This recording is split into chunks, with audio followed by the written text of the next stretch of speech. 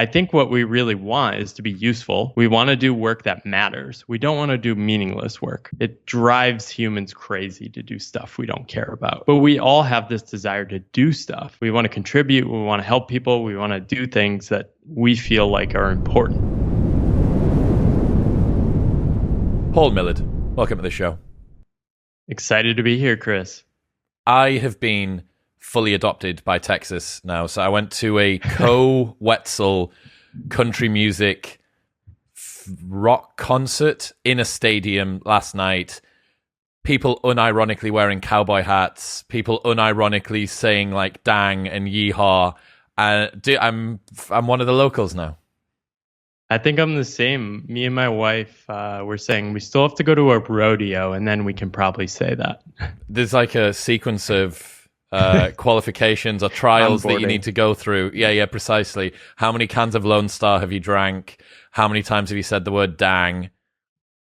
Exactly. Yeah, we love it here. It seems like there's a convergence of internet weirdos and hyper-curious kind of creators that I've just really enjoyed. Well, the first time that we met was at the Less Wrong meetup, which is... That's the nerdiest place. Oh, that's the synthesis. Yeah, that's the fucking epicenter. That's patient zero for the nerdiest people in Austin. And they'd even imported people from outside of Austin to make it significantly more nerdy. Exactly. Yeah, it's been great. I love it here. One of the things that we've both been converging on was something that I put into my newsletter this week, and I want to talk about that. So I'm going to read the newsletter out for people that didn't read it. If you haven't read it, go to chriswillex.com/books and you can sign up for free. So one of the most common tensions I talk about at the moment is between a desire for success and a desire to feel like we're enough. Success is a strange thing. Presumably we want success because we think a more successful life will bring us more happiness, meaning and fulfillment. Here's the problem. We sacrifice the thing we want, happiness, for the thing which is supposed to get it, success. Failure can make you miserable, but I'm not sure success will make you happy. One of the most common dynamics I see amongst high performers is this. Parents want their child to do well. Parents encourage their child to do well by praising them when they succeed and criticizing when they fail.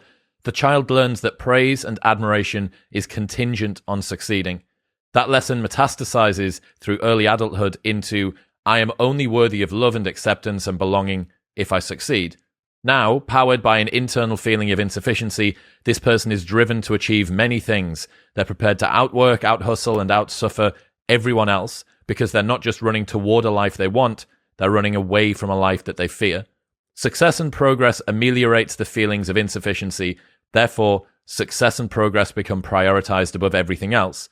Now, don't get me wrong, many high achievers genuinely love the work that they do, and many are driven by a well-balanced, simple desire to maximize their time on this planet rather than trying to fill a void inside of themselves. But if I was to place a bet, I'd guess that the majority of high performers are driven by fears of insufficiency rather than a holistic desire to be better. I think people who are high achievers, on average, are more miserable than the average person. So what does it mean that the people we most admire are the ones with the least admirable internal states? If the pursuit of success is in an effort to make us happy, and in the pursuit of success we make ourselves miserable, why not shortcut the entire process and just be happy? Is that even possible? Now, external accolades do count for a lot. I don't think that recanting all worldly possessions and retreating to a cave in the woods is an optimal strategy. Some degree of external material success is important to make us feel validated and satiate our desire for status and respect. But external success won't fill an internal void. Insufficiency adaptation is this. If your drive to succeed comes from a fear of insufficiency, and you continue to disprove those fears with success in the real world, and yet the feelings of insufficiency persists, what makes you think that the answer to this problem is more success? There's no clean answer here. The world is messy and we're hopelessly irrational. You don't need to let go of all success goals, but spend some time working out whether there's a shorter route to the life you want by removing obstacles rather than just pressing harder on the accelerator. I love it. It sounds like you're on the pathless path now, basically what I've written about. But I think this is such a fascinating topic because it sort of describes my own journey. I went from somebody that was what I call trying to get ahead. You're aiming at a future potential success and you're saying, okay, I'm willing to sacrifice in the now to get there. The problem is you never arrive, right? And the funny thing is, I didn't have the parents praising me or criticizing me for achieving or not achieving goals. I fully brought this upon myself.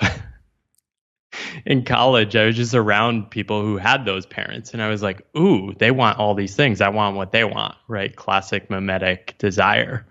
And I did that for the next 12, 13 years until I just slowly, more reflection, realized, holy crap, this isn't me. I thought I was like 10% different than those people around me, strategy consultants, high achievers in the corporate world. I was probably one or two standard deviations, a little different in terms of what are the elements of life that are going to bring me alive and connect me to who I am. What were the biggest differences? I think I have an unreasonable need for autonomy and freedom over my life, the things I do, the ideas I work on, and how I do it. Most people are willing to sacrifice a lot of those things in exchange for like security and a paycheck, right? I was not pricing that appropriately. I didn't get as big a benefit, and I was paying bigger cost for like what I was giving up. The problem and the reason I stayed on my previous path so long was that I didn't have an imagination of a different possible life. My only model of the world was work hard, get ahead, keep working for the future indefinitely. There was no like alternative path. So I think deep down, I was seeking what you wrote about this past week of basically just trying to be happier.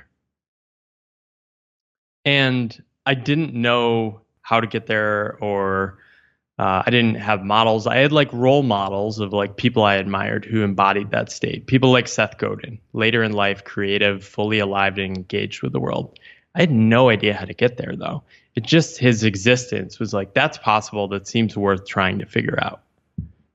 How do you define success?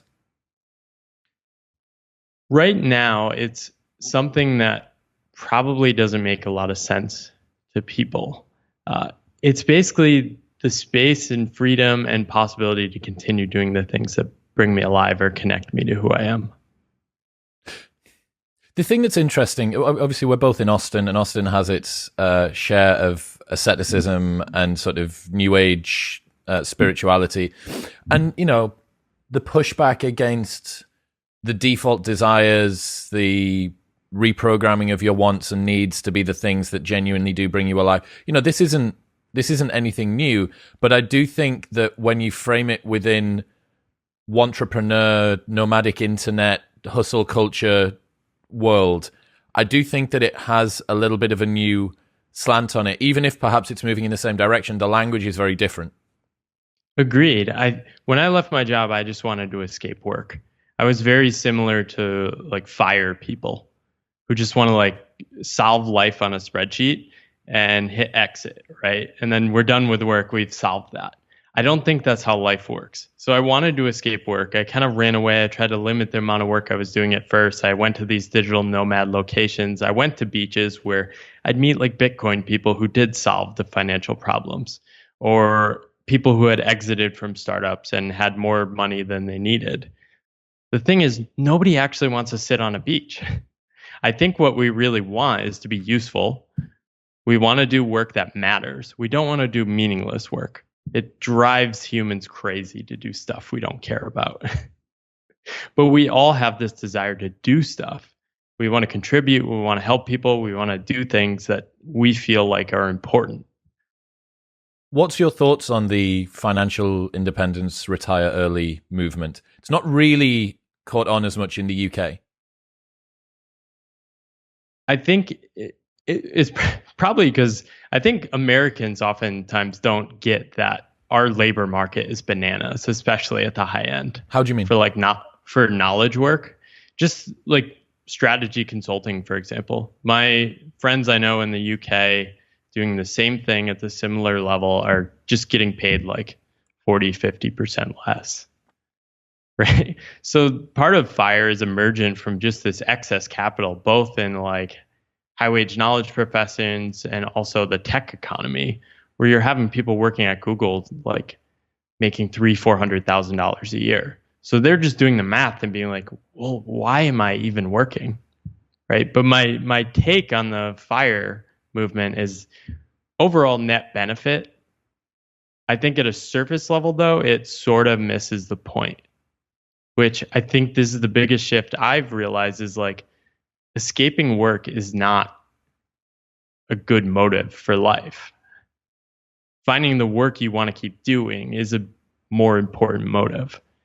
I imagine no matter what success you have, you're not going to lose that curiosity of talking to people, having conversations, exploring ideas.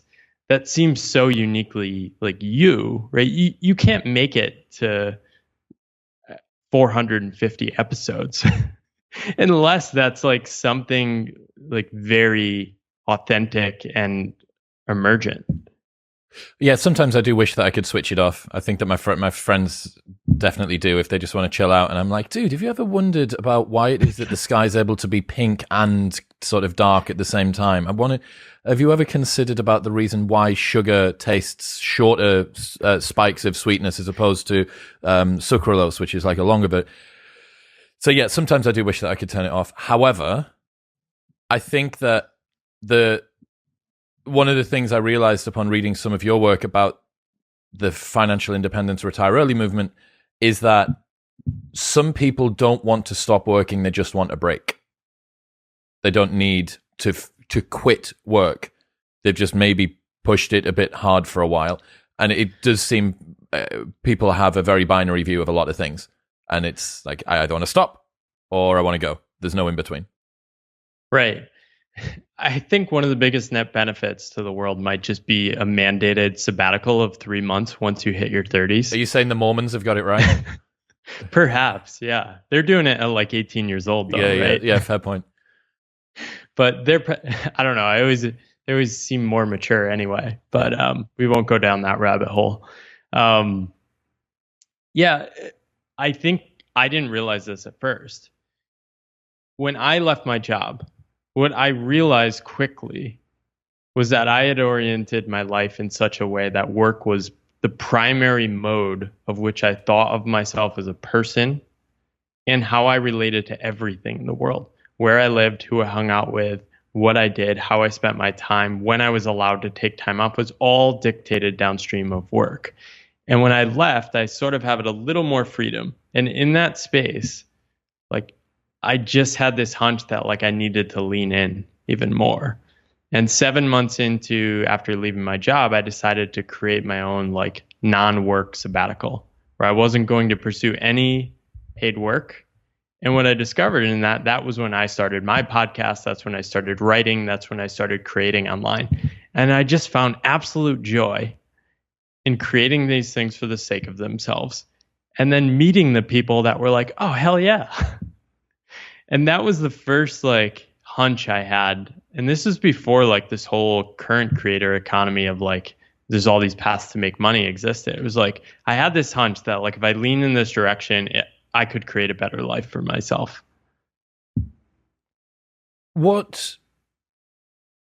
do you think it is that so many people are disappointed with work at the moment? So I don't even know if so many people are. It's sort of this catchy media headline of the Great Resignation. And the fact is, anti-work. You talked about this with Anna. Yeah. I think she has a great perspective on this because she's gone deep into the history of this and has a much more nuanced perspective. But being anti-work broadly, there's like 35 on-ramps onto that. Anyone who's ever had a bad experience with a manager ever can be like, oh yeah, work sucks. And you can relate to that meme. However, when you ask most people, do you like your job? A high majority actually say yes. And people don't like to hear this. I remember, I'm not sure how recent the stats were, but 70% of people are neither engaged or disengaged with their work and 15% of people are actively disengaged with their work. So 85% of people were either neutral or negative. Now, that was a while ago. I think that's a Johan Hari stat. But I don't know. I mean, do you think, from your experience, that people are more engaged with their work? So I think it's true brought up a question. I've seen the full range of stats, and are there many people doing pointless things? Sure. I think one of the things that put me on my path, when I was 18 years old, I had my first internship in a corporation at a big industrial manufacturing company. And I was just shocked at all these adults sitting around doing the most pointless stuff ever. And then me bringing up this fact and them telling me I was the naive one. I'm like, this is a crazy world, right? So I'm actually not interested in the question of is work good or bad? What I'm more interested in is this deeper level of how did work become so central in our lives? Because that is the ultimate key of taking a sabbatical. Taking a sabbatical is taking a pause of existing in the world in the state of a worker, right? So I think people want to break from living in worker mode and enable them to reconnect with the world, reconnect with those childlike things they do. Over and over again, people, when they take breaks, they start doing things like they did when they were a kid. They start playing tennis or basketball or reading or volunteering or gardening, all these things they did when they had more time and space in their life.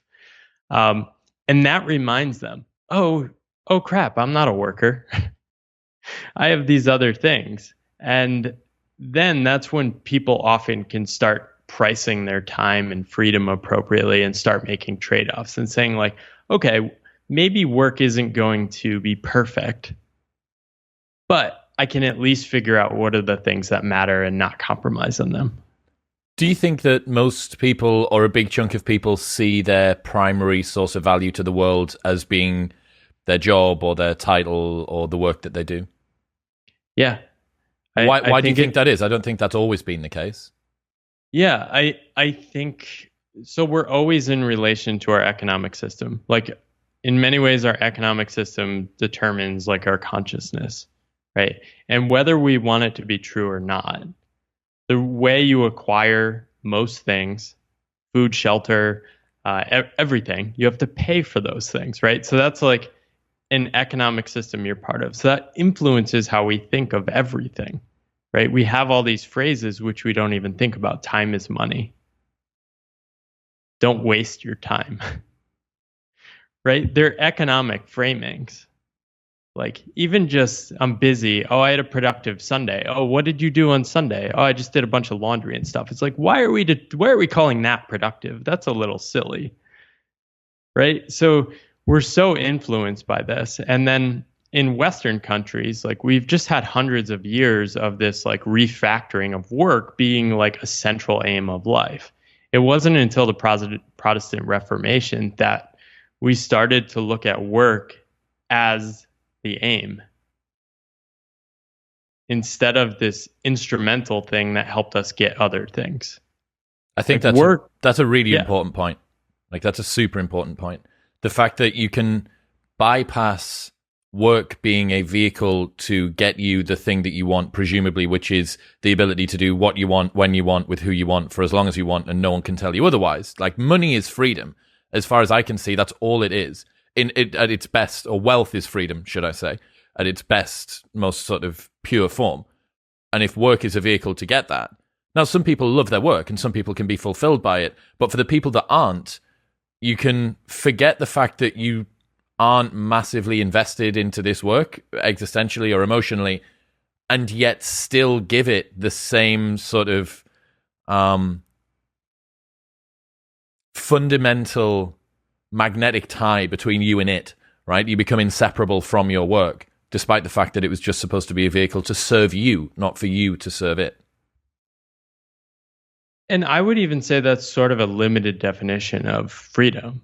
So money is freedom, sure, but people say things like, oh, I'm financially independent. What does that really mean? It basically means you rely on paying other people to do stuff for you, right? So you're only free in as much as everyone else continues to operate in that way, right? But that's not actually what leads to a fulfilling life. what leads to a fulfilling life is like treating a friend for dinner and not expecting them to pay you back. You literally don't want to be paying for everything. If you're not receiving gifts and giving gifts to at least some people in your life, I imagine you're not as happy as you could be. I'm still trying to think about why it is that we see work as so central to who we are. I understand that it's a vehicle to get us what we need, but it doesn't tell the whole picture as far as I can see. Well, it's not true everywhere, right? So there's Max Weber in his book, The Protestant Ethic. He writes about how before the 1500s, basically like a person did not desire to like have work as the most central thing in their life. There was this, what he called traditionalist view of work. And it was, okay, I've done enough work to like pay for what I need and I'm done working. And early, when you read about the early evolutions of capitalism, you read that this was a huge problem. So how do you set the wages such that people will continue to work? Because they were finding that they'd pay people and people would say, oh, all right, I'm good. Thank you. I'm done with my job.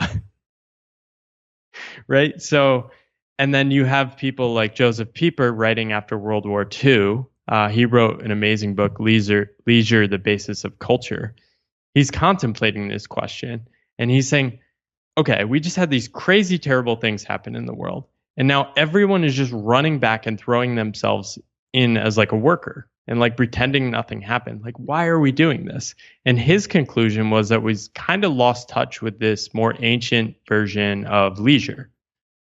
So we sort of have these two modes in Western cultures, especially. We have the doing mode and then we have being lazy. And he's arguing that like leisure is in the middle of this sort of in-between state. And I think this is what I experienced when I took that like first non-work break. And the definition of leisure is not laying around and watching Netflix. It's defined as like an active engagement with the world. And really interesting thing, like I cover this in my book, if you go back to the Greeks, the definition for work, or like the phrase they had for work, was not at leisure. So before this whole flip in the Protestant Reformation, the evolution of capitalism, like leisure was the center of life. It was just taken for granted. And now we've sort of flipped that, but we've paired the opposite of work with this laziness. So you're either lazy or you're working. So then like when people say I'm terrified to stop working, they're terrified of being labeled lazy, but they don't know this in-between mode of like active engagement with the world. I guarantee what you do with podcasting does not fit into one of those two buckets, right? It's almost like you have to do it. You're so pulled to do it. And I guarantee too, like, because I have this experience with writing, if you don't do it for a few weeks, you feel like something's missing in your life. Does that resonate? Dude, yeah, absolutely. That not at leisure insight about the Greeks is phenomenal. And it highlights exactly how backward I think fundamentally people have a sense that the work world is, that they're living to work, and that a lot of their time is spent obsessing over their job. Now, obviously, what you're trying to do, or what most people are trying to do, is repurpose their job into something that they don't mind obsessing over, which is fine. You know, if you can get yourself to the stage where my housemate, right? So he's a physio for Newcastle Falcons rugby club. So Premier League rugby team, top flight, you know, one of the best in the country. And he gets up every day and gets to go and do that. But even that situation, if he had unlimited degrees of freedom with how he was going to spend his time, he may choose something else. So it's the best of a good situation, but it's still within the framework of it being work. Now, I totally understand how not creating a you're either working or lazy world would be very, very bad for capitalism. Right. I'm very hesitant around the conspiratorial, like Henry Ford and the Vanderbilts got together in the 1900s and decided to do this thing. I would lean, as an explanation for this, much more toward either a mimetic or a status built version of an answer that, look, you see other people working hard. Other people get accolades and are admired for working hard because you know that working hard is a proxy for future success. Therefore, people start shortcutting the desire for success or happiness and just go straight to working hard because it's a more obvious signal. You think I've got that right? Well, I think you're onto something. I think the criticisms of capitalism fall short for me because capitalism isn't really a thing. Like, it's continuously evolving and people are reacting to the incentives that exist in the world. Like, I think in many ways you can almost reframe it as like people like Henry Ford, what would they have been doing 1,000 years earlier? Probably he'd probably be a warlord, a baron or something. Yeah. Fighting wars with people, right? Instead, he can like channel this like unbridled ambition into the economic system. Like, and people can disagree about that. But this is also the challenge with carving your own path is you can't just exit work, right? Like you can't escape the default reality. Existing in the way I am, like I'm self-employed, I make income in a number of different ways. I do a bunch of different things. I don't work in traditional ways. I still feel the tension. Like it's very obvious I'm a weirdo. That's why I come to Austin to hang out with all the other weirdos. But other people judge me based on like, people still say to me, like, and I make enough money to support my life and like I'm doing better and better every year. When are you going to get a real job? It's like, what does that mean? and I think what I'm trying to lean into and open people's eyes to is like, we've sort of gone from this economic system in the 50s to maybe the year 2000 in which like the possibilities for our past, like our lives were not possible then. They are possible now. And the possibilities for creating different kinds of work and working in different ways, working remotely, part-time, flexibly, are so much more than they were even like 10, 20 years ago. But we don't have a script or way of orienting to the world to like unlock those possibilities. So like, I think it's actually a great thing right now. Like some people don't realize it's sort of low status to do this like self-employed creator path. Especially like our parents often don't like what we're doing. They wish we do other things. And that's sort of an advantage because there's just like less competition right now. It's low status depending on who you're speaking to. I think, you know, if you rock up, I went to the launch of a new magazine that was with a bunch of people doing some mad shit in crypto. Like the entire conversation was over my head. Everything was over my head. I finally managed to find one guy that was happy to talk about baseball to me. And I was like, it's not decentralized baseball, is it? Right, cool. Come on. Me and you can have a conversation. But in there, you know, the assistant AG for Austin, like, was there, and lots and lots of different people. But in that group, you know, me saying, what do you do? And you go, I own a business in the UK and I'm a podcaster. They go, oh, that's interesting. Tell me what you podcast about. So it is very based on who you're speaking to. However, you talk about the pathless path and the default path as sort of two different worlds.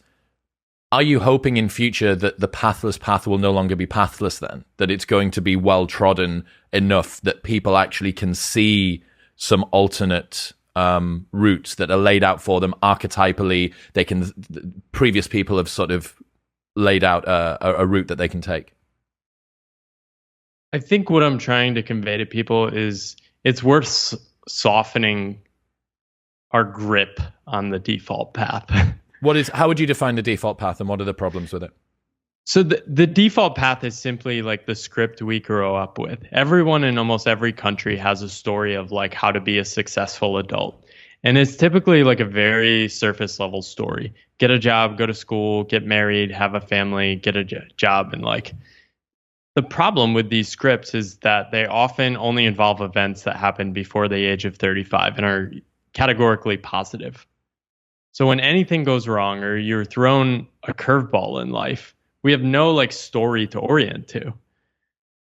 So people like double down on like more security, more certainty, right? Except the path, the default path, is not delivering the benefits it once was. It used to be this like sort of golden ticket.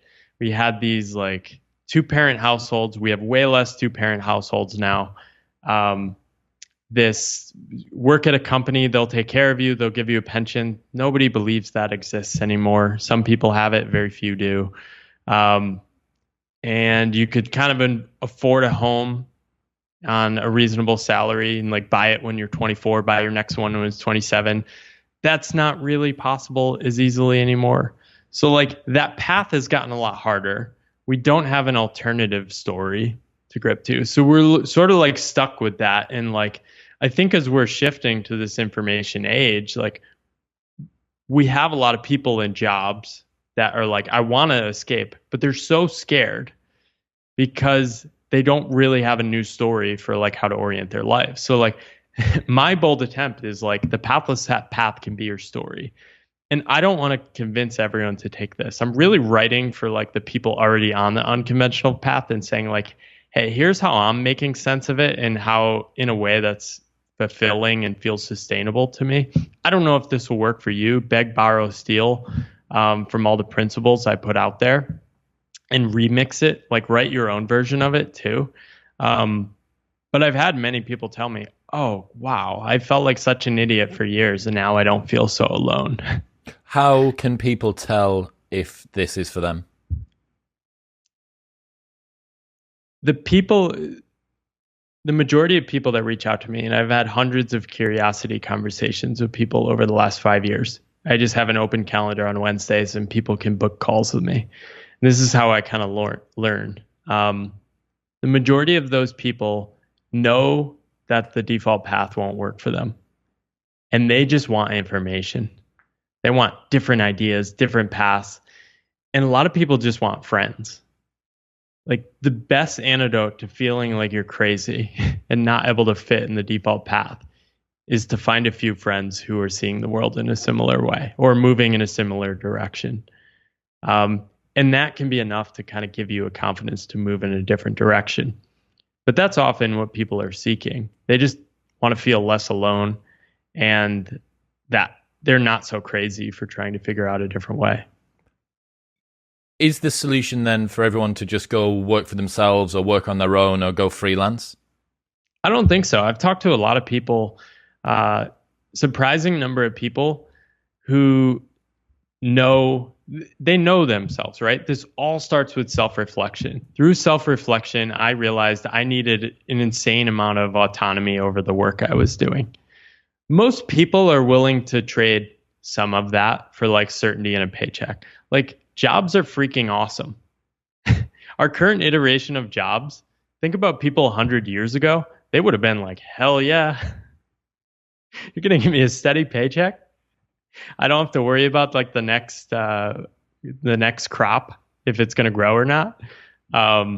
This is great for a lot of people, right? I think the challenge is a lot of people just kind of like go through life. They are raised in this, like the whole purpose of going to school for the first 15 years is to then get a job. And then you work in a job for 10 years. And then people are like, wait, this is just, we just do this forever. And then we retire. And then what? I think a lot of those people who do figure out how can I reclaim that space and start leaning into leisure mode, taking those sabbaticals. I even talked to one person who I challenged him. I was like, have you ever done anything unplanned during a work day? He's like, never in my life. I was like, all right, here's the assignment for you. What is something you loved doing as a kid? He's like, I love just like riding a bike around and exploring. I'm like, all right, Tuesday, block off your calendar, put important meeting, and just go do that from like 2 to 5. And it was like a dramatic shift for him. He's a friend. He has no desire to not work full time. He has big ambitions. He wants a big house. He wants like all the fancy things. He knows exactly what the costs he's paying. But that was like enough space for him that he was like, oh crap, I've just been like ignoring myself completely. Maybe I should lean into that a little more and I can be a lot happier.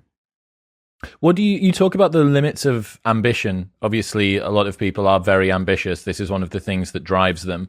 And for all that I can try to remind people that success doesn't equal happiness and that you can shortcut your route to get there, maybe. Ambition is seductive and it makes us feel fulfilled and meaning. It might not give us happiness, but it can certainly give us meaning. But you talk about the limits of ambition as well. What are they? Have you ever read any of Agnes Callard's? Never heard of her. She's amazing. She'd be a fantastic guest. So she's a philosopher at the University of Chicago. She's written about two different ideas, ambition versus aspiration.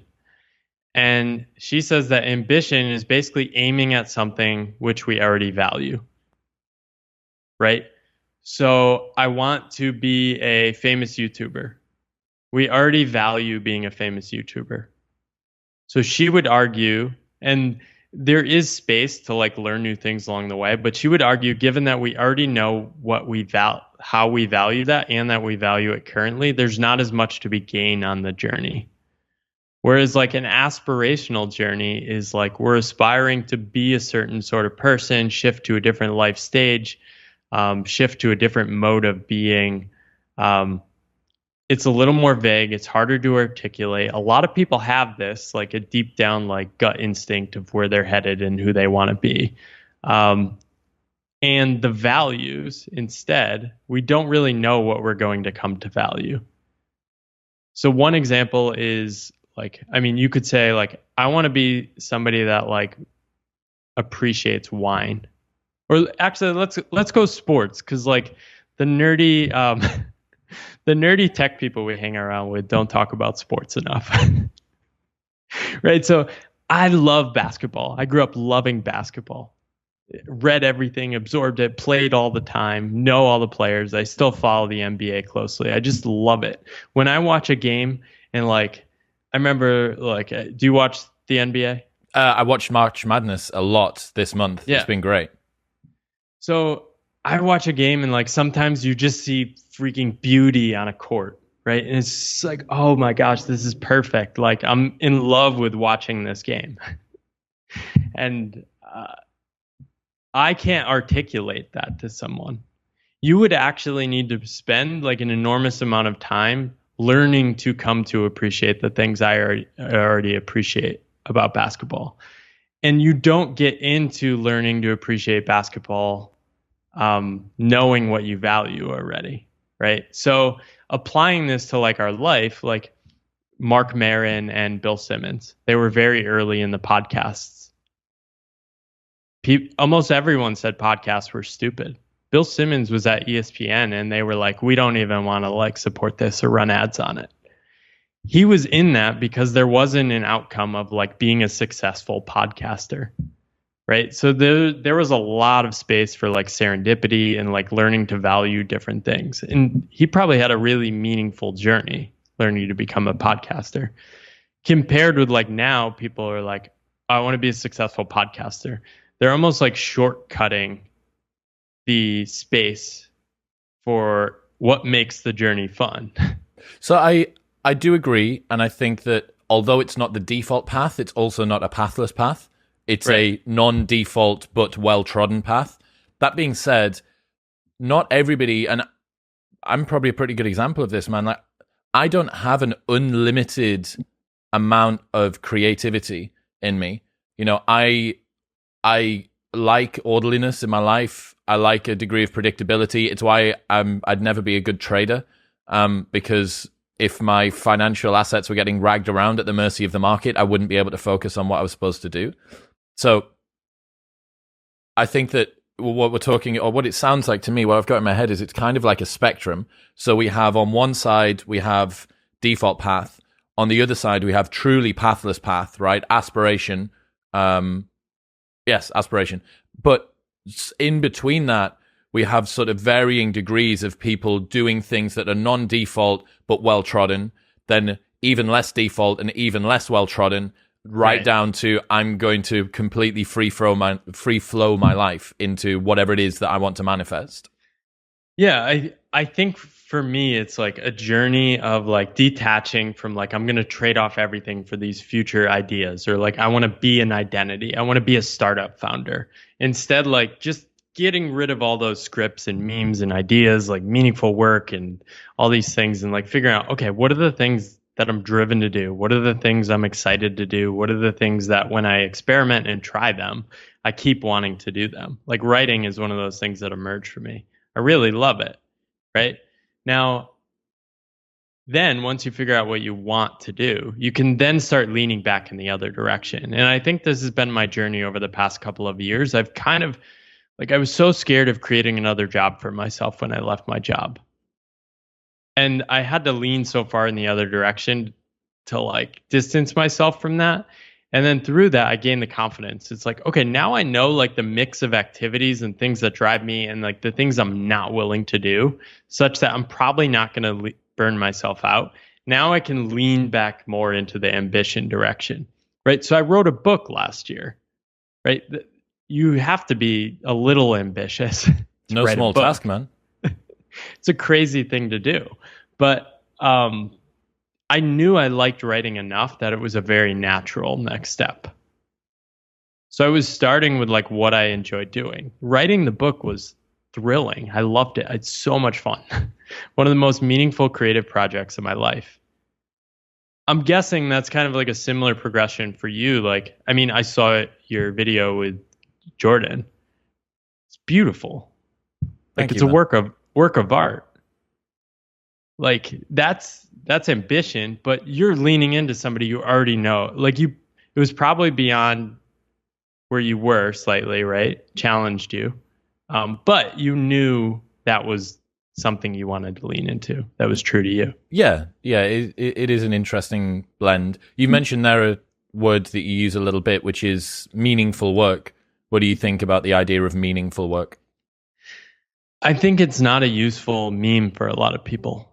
I think I was sort of trapped. So in 2007, when I was graduating college, Google came on the best companies to work for the first time at number one. And it was like, Google is this amazing place to work, beanbag chairs and free lunches and yoga. And I'm like, oh my gosh, that's so fun. Like, I want to have fun and like love my life.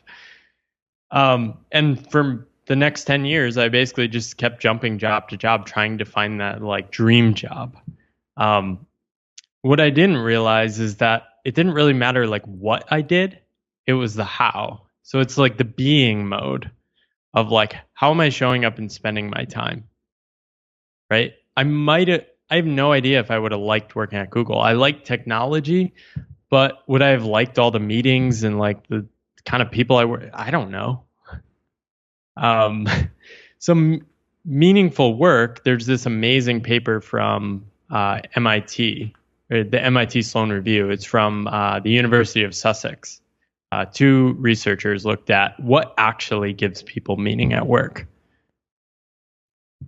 What they found was basically poignant moments, stressful moments, so like poignant, like powerful moments, very specific, stressful, often like crises or like things they had to push through. Often they didn't realize it was meaningful unless they like reflected upon it. So this is not what we think of when we think of meaningful work. When a lot of people are thinking of meaningful work, they're thinking of Google. I just want to be happy. I want to be like loving what I do. What really gives you meaning is like the book writing process was hard. It pushed me. It was uncomfortable. It was like, I felt like an imposter like a lot of times, but I pushed through that and kept figuring it out. That's like meaningful work. Meaningful work, I think it's hard to fit that in like a job container because in most jobs you have to do stuff you don't want to do. Talk to me. Obviously, that's a creator journey, and you pivoted from being in a much more default path to one which, although might be free flowing, is still kind of creatory. What are the trade-offs between time and money that people need to make when they get exposed to a creator journey? I think for me, the relationship between time and money flipped. So when you're working full time, you sort of have a salary, and then you're basically an accountant for your life. You're like, all right, monthly salary, I'm going to budget this out.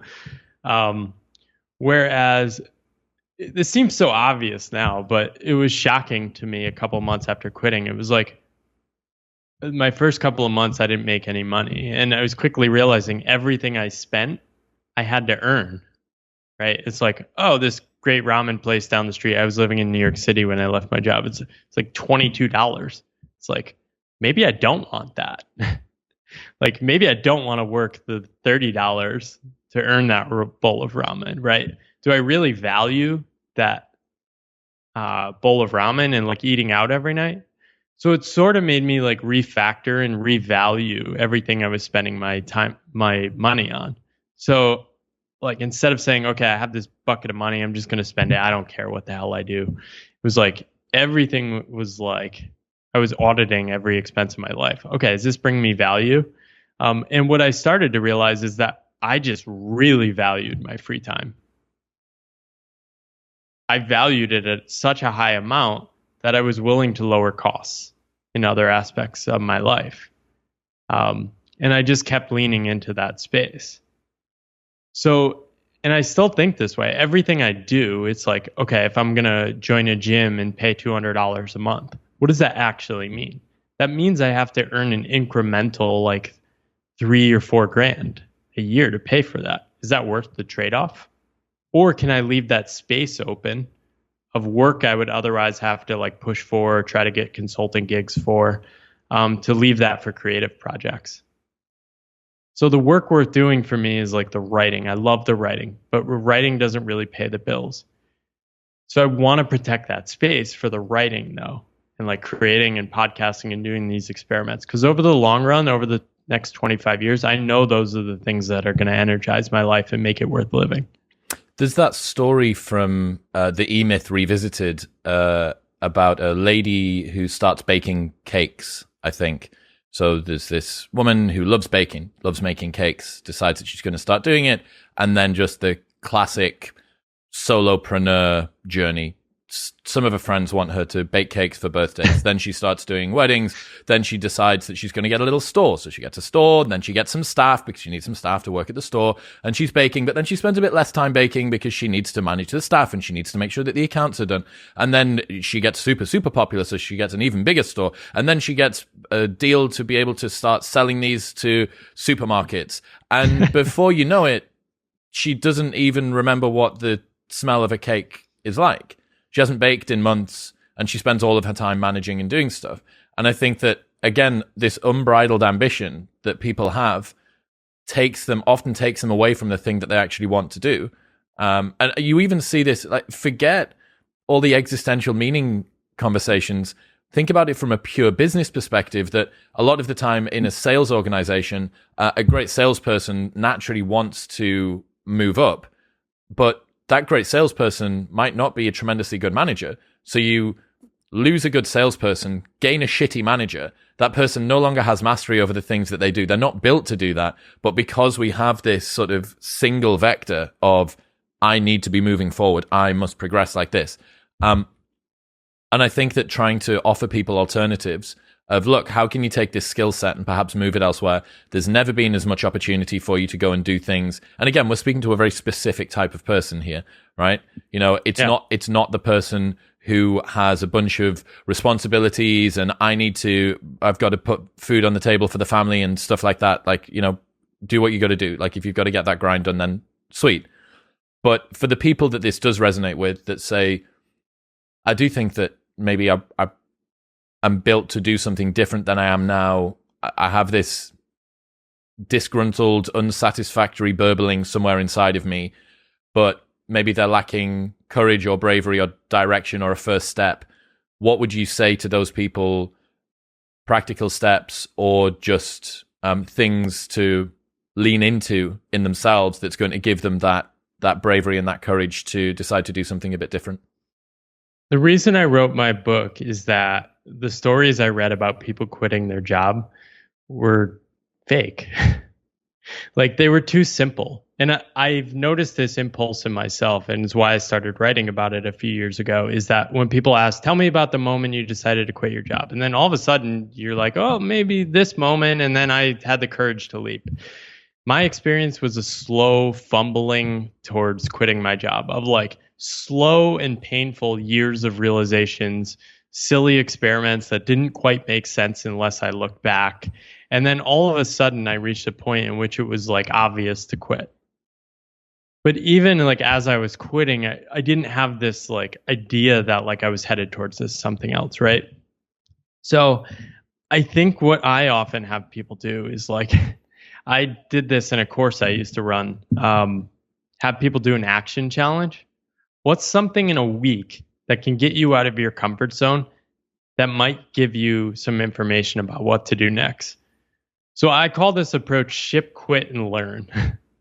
So basically do something, design it for quitting. So you're not dealing with like getting caught up with like the end state or definitions of success.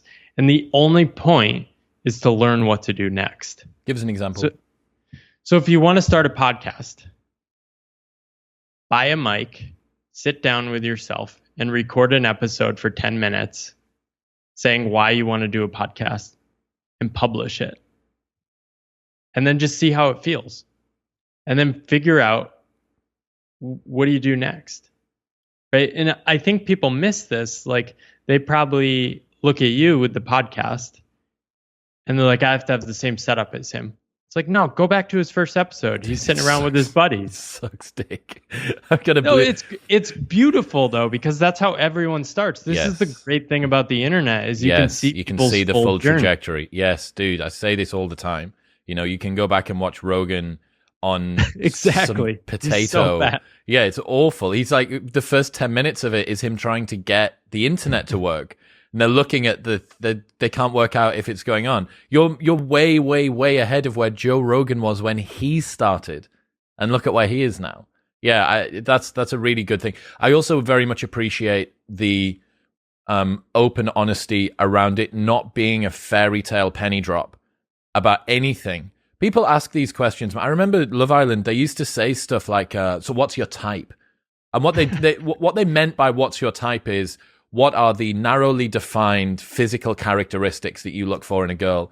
I'm like, dude, who answers this question with like, yeah, it's like brunettes with blonde eyes and she's got to be a this thing. And I'm like, who genuinely, who has this like low resolution view of the world? Or the same for people who say, man, so when did you know that you wanted to start doing club promoting or you wanted to start a podcast? I don't know. I don't know. Like we don't exist. Maybe sometimes we encounter a situation which is so traumatic or so grand or so beautiful or so awe-inspiring or so life-changing that it causes us to just orthogonally go, oh, fuck, I wasn't ready for that. But it's so rare. It's so rare. We are the product of tiny incremental changes that compound over time.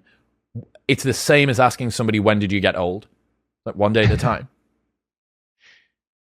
The thing is, I think people can prototype these changes too. And I think people mistakenly, like, to take a creator solo entrepreneurial path, even like exploring different kinds of work, the scripts of the default path tell us that we need to get access before we can do the thing.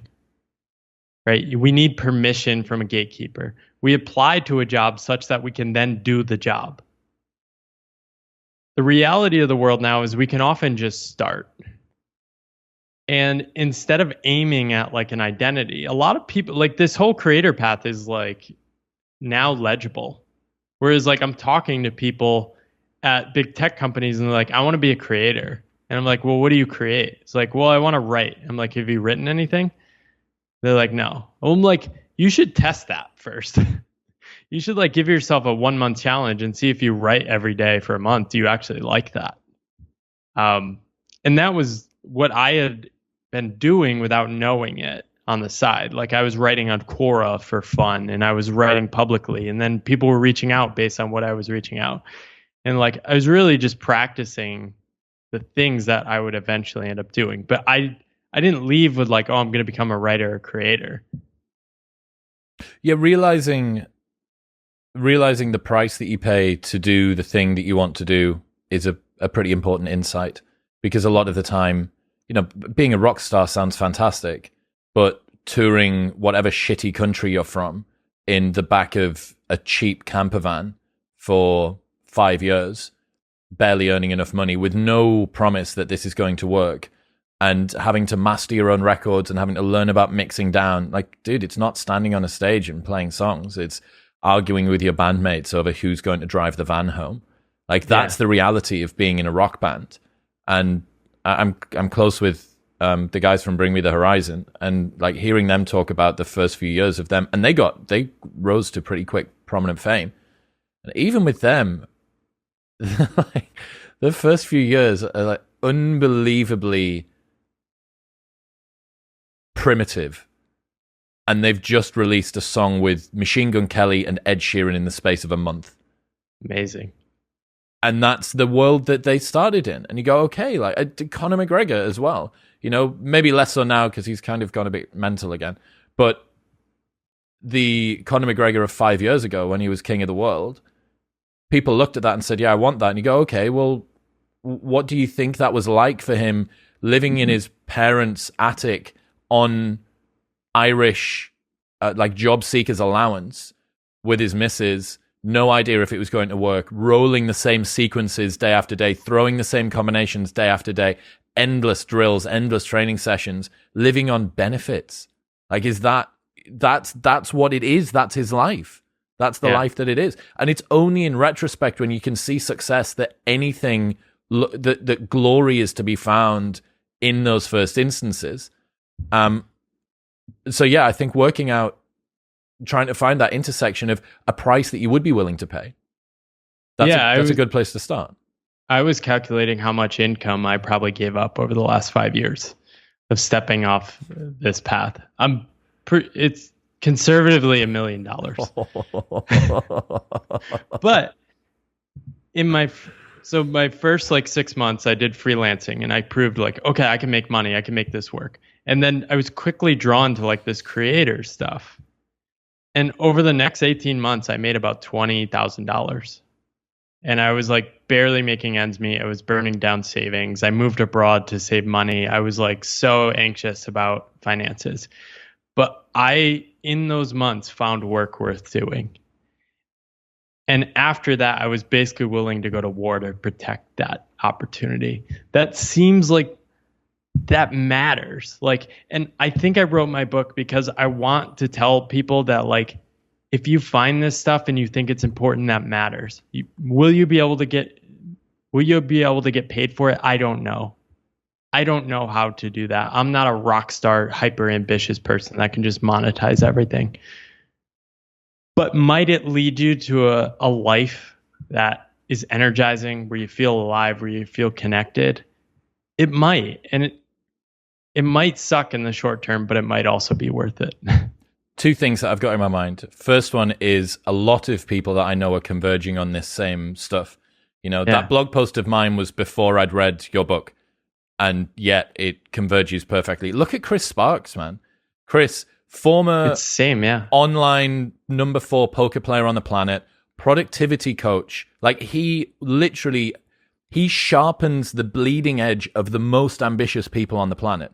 Professionally, that's his job. And yet you speak to him and it's like talking to some Zen master that's just come back from a cave. All of us are relinquishing the trappings that kept us imprisoned before. The things that we thought we wanted.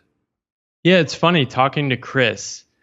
He sort of hijacks you. He uses the language of like the default ambitious world. He's like, goals. I've always had like an issue with goals. I'm like, but then you read deeper, you're like, oh, Chris is saying the same thing I am. Slightly different language.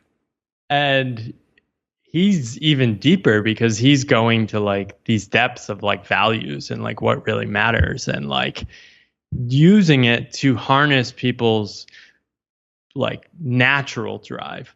So there's nothing wrong with like ambitious goals. I know myself, I'm less ambitious than other people. Like we both know Ali Abdaal, right? I don't have his level of ambition, but I'm smart enough to know that I don't have that genetic setting. Yes. He's a machine, but like he's so happy doing what he loves. Yes. Right? But it's figuring out like what is that setting for you through like trial and error. It's also figuring out, look, is that what I want, or is that what I want because other people seem to want it? Yeah, because psychological contagion is a hell of a drug, man, and mimetic desire will carry you a long, long way. Because it's easy to look at someone like Ali, whose his course will be bringing in 3 mil, 4 mil probably a year at, fuck knows, maybe 85% margin, maybe more. You know, like it's internet stuff. It's all money. It's all profit. Plus he's got his YouTube channel. Plus he's got a book coming out soon. Plus all of the sponsors on his podcast and blah, blah, blah. And you go, dude, that's great. But like he is a 1 in 10,000, 1 in 100,000 freak who has a very particular blend that has allowed him to do this. Is that genuinely what you want? And is that the price that you're prepared to pay for it? And looking at success and what it means to you, starting from a value-led, my contribution to the world, what I know about myself, that sort of reflection, starting from that position, I think it's very difficult to go wrong, because you go, what you said earlier on, you know, $1 million over the space of 5 years. I mean, that's like toe-curlingly fucking painful. But the point is that if that's not what you value, and if you value the things that you're doing now more, then that's a price that's worth paying. Here was the other thing that I wanted to say about that as well. In retrospect, a lot of the time, we forget why we did the things we did. So looking back and saying, I could have earned $1 million over 5 years, $1 million more, you can say, well, I would love $1 million, but you forget why you didn't earn $1 million. My point is that the person that we are in the moment and the person that we are in retrospect are very, so very true. Different. And that's so important. Like, I wish that I hadn't drank last night. Everybody says that the next day, but you go, well, did you enjoy the party? Well, yeah. Okay. Well, maybe this isn't the case. Maybe this is just your frame of reference right now. Yeah.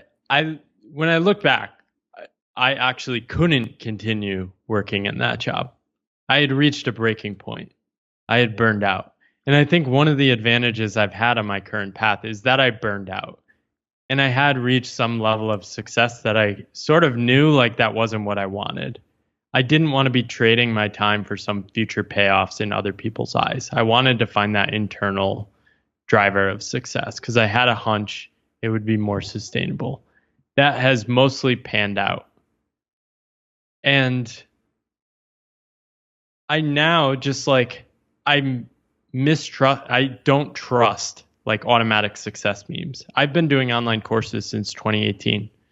Then I see people like Dave Perel and Tiago Forte, for people like they're hyper ambitious and they're amazing. Like they've really leveled up the whole ecosystem of like what these courses can look like. My wife's and how much money you can earn from them from their side as well. Not just the experience of the student, but the monetization of the creator. Yeah. And so I've been doing courses and like I'm running a course teaching consulting skills and I'm making good money. But it was very easy for me to know, oh, I'm not them. I don't have that level of ambition. How can I design the thing to fit within my life? So I love like one-on-one helping people. I love it. So I designed like my course. Before this podcast, I was on a one-on-one coaching call. Seeing that like individual improvement, it just like fires me up. I love it. And that's sustainable for me over the long term. But if I'm running like a larger thing and like have to have employees and contractors and like, I'm going to light it on fire and just like burn it to the ground after I do it. It's the E-Myth story, right? So I think this is also an advantage of a solo self-employed creator path, is that if you do go into an ambitious mode that isn't your path, you'll probably burn out faster. Yeah. Whereas in a job, I think where people get really stuck and can do harm to themselves is they maintain this low grade burnout for a long time. Whereas like on the solo path, you're just going to blow it all up because you're either going to go too hard and you're ultimately responsible. Well, there's no one to lean back on either. Yeah, exactly. I think this is something that I've been playing with for a long time, and I might try and write about it this week after this conversation. Not having boundless ambition is so uncelebrated in the modern world. Everyone, and this isn't just your quintessential Gary V's, it's the subtext of how did you spend your Sunday? Oh, I had a productive Sunday. I folded loads of laundry and got this done. There is always more ambition to chase after. Yeah. And increasingly, I'm seeing in myself and in the people that I talk to about this stuff that realizing matching the amount of ambition that you have with the sort of life that you live is the solution. Yeah. That's precisely where your highest point of contribution can be deployed, because you're not going to burn yourself out. And just because David Perel can do 3 or 4 cohorts of rite of passage every year and write huge blog posts and create a documentary about Porter Robinson and be a Teal fellow or whatever the fuck else it is that he's doing, or Ali can do the podcast and the YouTube and the courses and the book and the whatever. Like, if that's not you, fine. Like, honestly, fine. Because there are prices that you would have to pay to get yourself to that level, and you're probably not prepared to pay them. And just because other people say that that level of aggression is something that you should aspire to doesn't mean that you should. And it doesn't always feel good. I know I'm leaving money on the table sometimes, and I feel silly sometimes. I know I'm capable of more if I really pushed, but I'm sort of making a bet that that's not the thing. So I have an exercise for you too. You could try. Have you ever written so in my book, like, I'm inspired by Paul Jarvis. He wrote The Company of One. He has this famous blog post called Enough.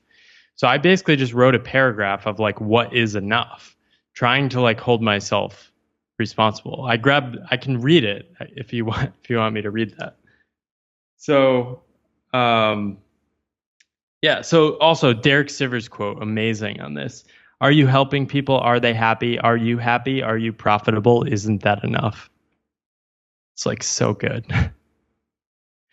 But I feel like, okay, I'm leaving money on the table, which means I have 2 choices. I can either go do that because I feel bad, or I can go deeper within myself and figure out what I really want.